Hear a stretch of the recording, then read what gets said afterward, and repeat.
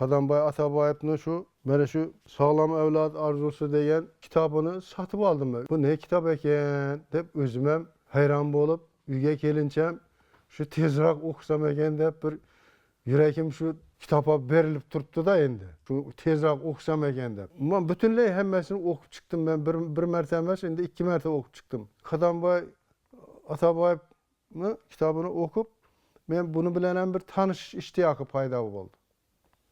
Bu qanday yigit ekan?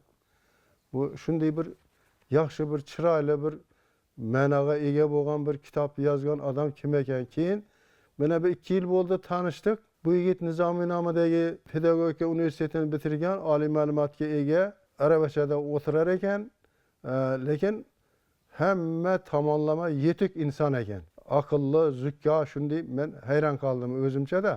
Buni kitobini qarasak, kitobında bu nesli kasalliklar to'g'risida, bu qarindosh tug'anlar orasida qiz olib, qiz berib, ulardan ko'riladigan farzandlar to'g'risida so'z yurtilar ekan. Masalan, bizning elimizda shu bor gap shu. Nesli kasallar ham uchrab turibdi. Bu qarindoshlar o'rtasida kelin-kuyov to'y, qiz olib, qiz berishib, bular ham bor narsa. Bu hech kim inkor qila olmaydi.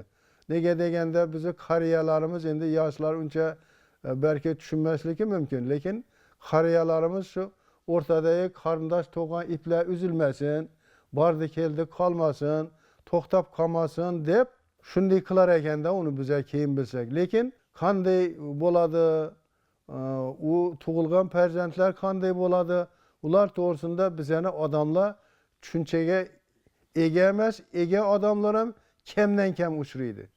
Qadamboy Ataboyev shular to'g'risida chin dildan, ixlos bilan shunda fikr yuritadi, so'z yuritadi. Kitoblarni olib o'zingizni og'ayin tug'anlaringizga, qo'shnilaringizga, qarindosh tug'anlaringizga shuni olib o'qisin shular. Hammaga shuni taqdim qilib, shuni o'qishini tavsiya qilaman men.